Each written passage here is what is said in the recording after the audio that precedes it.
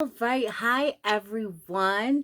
My name is Nelly, and I wanted to jump on here and share some good nuggets that I got um, from the Holy Spirit in reference to homeschooling. So I have just three steps or three things that I believe can help you with homeschooling, especially how it's helped me. Now, school year just started, but I actually was able to use some of these during when the pandemic just started in March, because you remember how March it was like nobody's going to school, everybody's home, so everyone was doing e-classroom by April. This year I chose to do e-classroom for my daughter as well. I'm not going to be sending her to school. And me and my husband, we have many reasons behind that.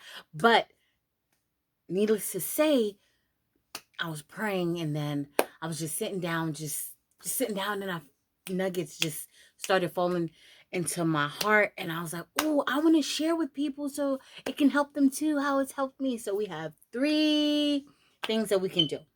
First things first, wake up before you wake up the child.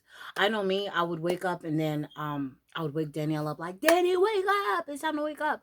But guess what? When you do that, everything that you were dealing with, everything that you're thinking about, you didn't get to release it to God yet. So you're waking up, waking your daughter or your son up, and you're not even calm yet. You're not even at a place where you should be communicating with your kids. So what I say is wake early and pray. Okay. And with that, you pray for however you pray, or do a devotional. Pray for the day. Ask God to keep you, ask God to protect you.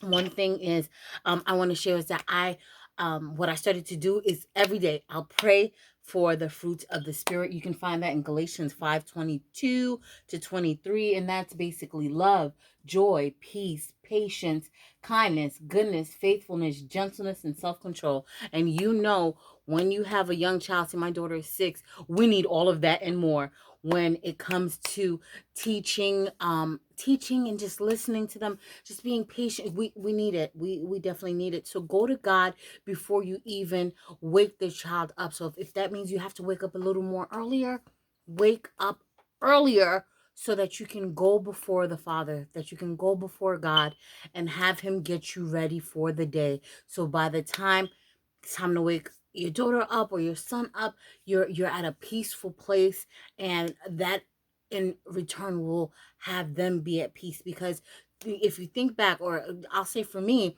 if I wake up, didn't even pray yet, didn't even talk to God yet, and I'm rushing waking her up, now whatever I'm dealing with, she ends up dealing with. Because if I'm frazzled, or if I'm upset, if I'm annoyed, I'm a little different towards her. And I'm just being transparent, I'm a little different towards her because of how I'm feeling. So we have to be smart about this year. We have to be intentional about this year with everything that's going on.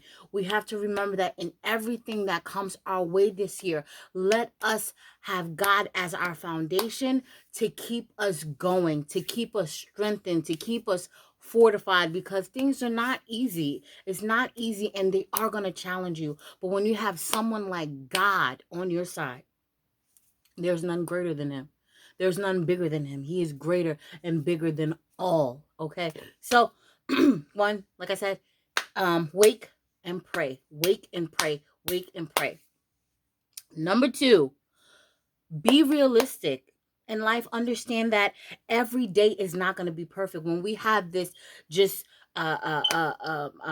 just assumption that everything's going to be great. I set up the room, it looks like a classroom, things are going to go perfect. When things come to combat what you thought, now you're like anxious, anxiety's creeping. Oh gosh, the Zoom meeting is at this time. Oh, we're gonna miss the Zoom meeting. She didn't wake up, she didn't eat breakfast yet.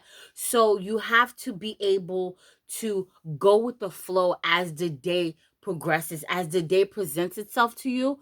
Little by little, you just keep releasing it to God and just go with the flow. If you're not gonna make the Zoom meeting, it's fine.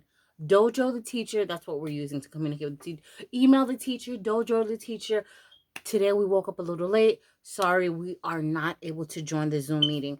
Our school, what they're doing is that they'll have a lot of the sessions recorded, so that if we miss a meeting, we can play the recording. So just understand that it's not going to go perfect. It's not going to go as you planned every day. And if you can understand that, you'll be able to react a better way if you have any hiccups during the day. Just realize that every day is not going to be perfect, but I'm going to be hopeful that every day is good. And if anything comes my way, I'm just going to release it to God so that we don't disturb the peace within the house. Okay.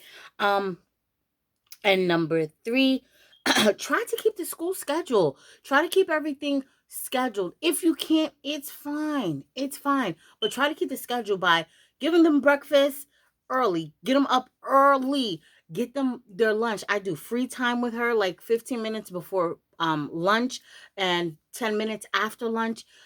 Try to keep just a good schedule. Get them lunch early, then they'll be able to eat dinner early, and then they'll be able to go to sleep early, and then you'll be able to relax. But that's all I had for you guys. Those are my 3 pointers. I have more to share, but until then, I love you guys and thank you for stopping by.